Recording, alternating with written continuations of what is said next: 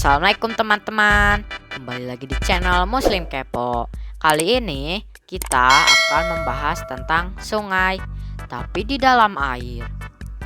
Oke, tenang. Pertama-tama kita harus menyelam dulu. Nah, ini dia salah satu sungai di bawah air. Namanya Cenote Angelita. Keren kan? Sungai di bawah air adalah fenomena alam terdapatnya sungai dengan karakteristik air tawar di dalam laut yang kadar salinitasnya tinggi atau asin. Fenomena ini pertama kali ditemukan oleh pakar oseanografi asal Perancis bernama Jacques-Yves Cousteau. Sungai di dalam air tersebut terletak di Meksiko. Cenote Angelita berada di kedalaman 115 kaki atau sekitar 35 meter dengan lebar sungai setengah mil. Selain itu, sungai di dasar air lain juga ditemukan di perairan Laut Hitam oleh tim dari University of Leeds. Sungai tersebut diduga berukuran besar dan mengalirkan air tawar dengan kecepatan 4 mil per jam atau sekitar 22.000 meter per kubiknya. Kita ambil contoh Cenote Angelita yang cukup terkenal. Dalam foto yang beredar, terlihat banyak daun-daun dan pepohonan yang jumlahnya banyak.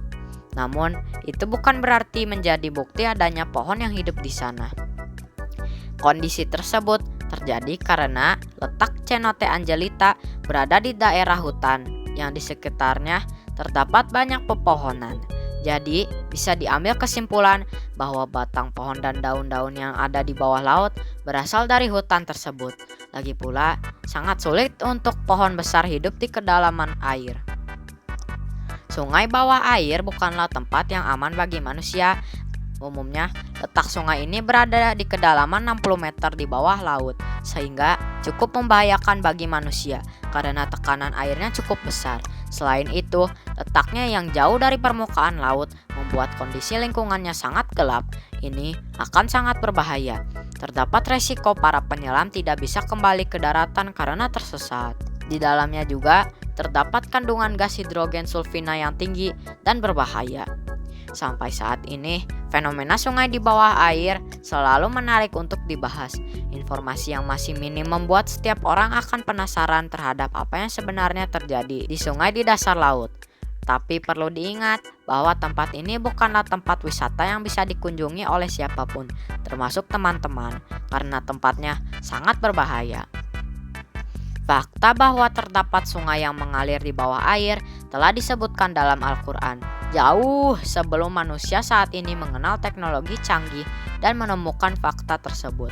Al-Quran menjelaskan fenomena itu sejak 14 abad silam, dan dialah yang membiarkan dua laut mengalir berdampingan, yang ini tawar lagi segar dan yang lain asin lagi pahit, dan dia jadikan antara keduanya dinding dan batas yang menghalangi.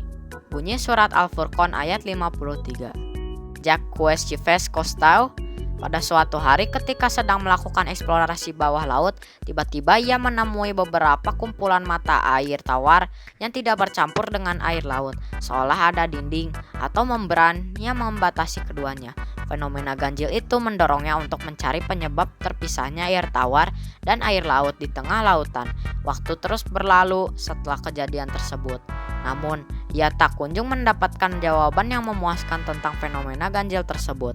Kemudian, suatu hari ia bertemu dengan seorang profesor muslim dan menceritakan fenomena itu.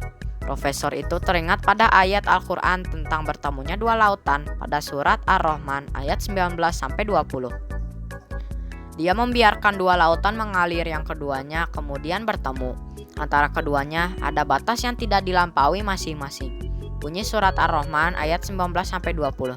Mendengar ayat-ayat Al-Quran tersebut, Cousteau kagum dan ia dikatakan memeluk Islam. Wikipedia menerangkan Jacques-Yves Cousteau lahir di Perancis pada 11 Juni 1910 dan meninggal dunia di Paris pada 25 Juni 1997. Wallahu alam.